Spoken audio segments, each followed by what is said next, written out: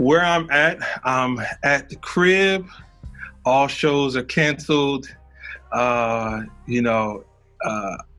teach at Berkeley College of Music. I fly there once a week. And I think one of the benefits of that was a lot of my students are from other countries. And when the school started, they came back to school talking about what was happening in their countries. And I think that was the first time it really got on my radar. But nevertheless, we still going about our way. That's January, and in February, you hear it getting worse, you hear it getting closer.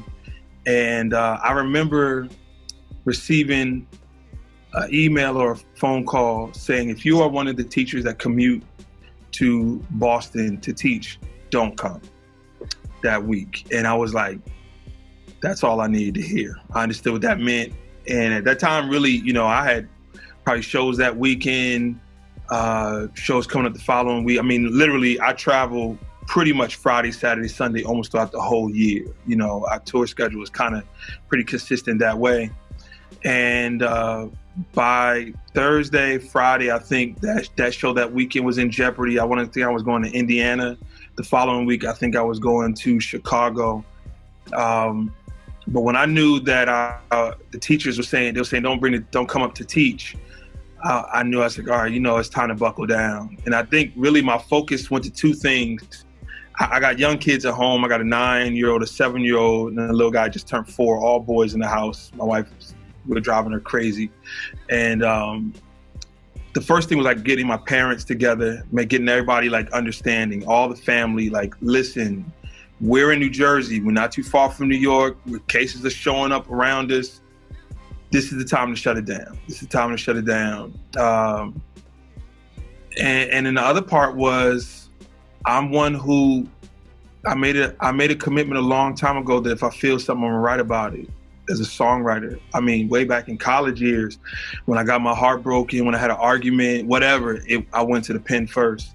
So I think just that weird feeling that I got when I got home, and I just turned the equipment on, man, and just started working immediately. Like, that was the first thing. Like, soon as the kids were straight, soon as we went to bed, I told my wife, like, I'm going upstairs to turn the equipment off. And I meant it, but I went down there and I just never came back upstairs. And that probably was like the first month and a half of like the whole quarantine time, was like, I'm going down to turn the equipment off at like 10 o'clock at night.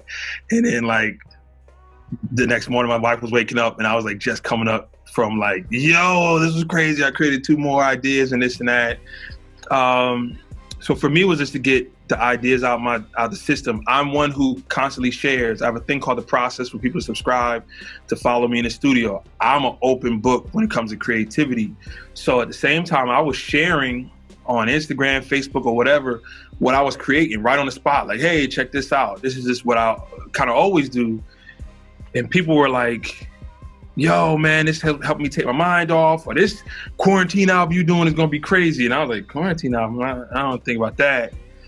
But I think by like song 8, and by like week 2 or 3 of just songs falling out of me, I think I had the idea of saying, you know what, this may be an album, and it may be like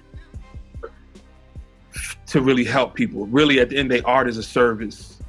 And that's the first and foremost thing that we do.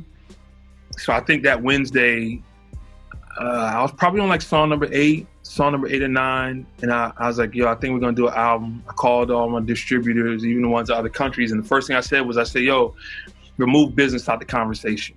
Because what I'm about to talk to you about right now, I know you're not gonna like. And I was like, I wanna put an album out next week.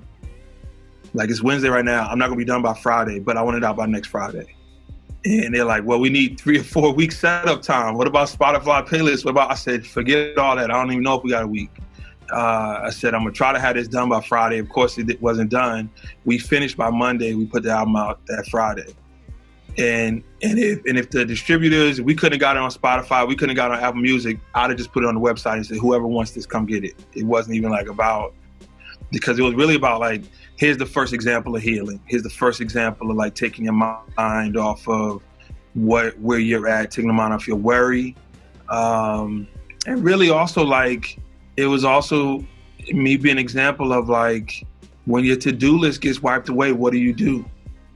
You know, like my shows are canceled.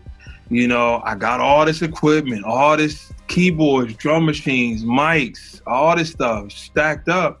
So we're gonna take this time to spend time with the kids. You know, we're homeschooling. Obviously, with our teachers are doing an amazing job. You know, we doing this Zoom thing like crazy with 3 kids all, you know, taking classes and stuff like that.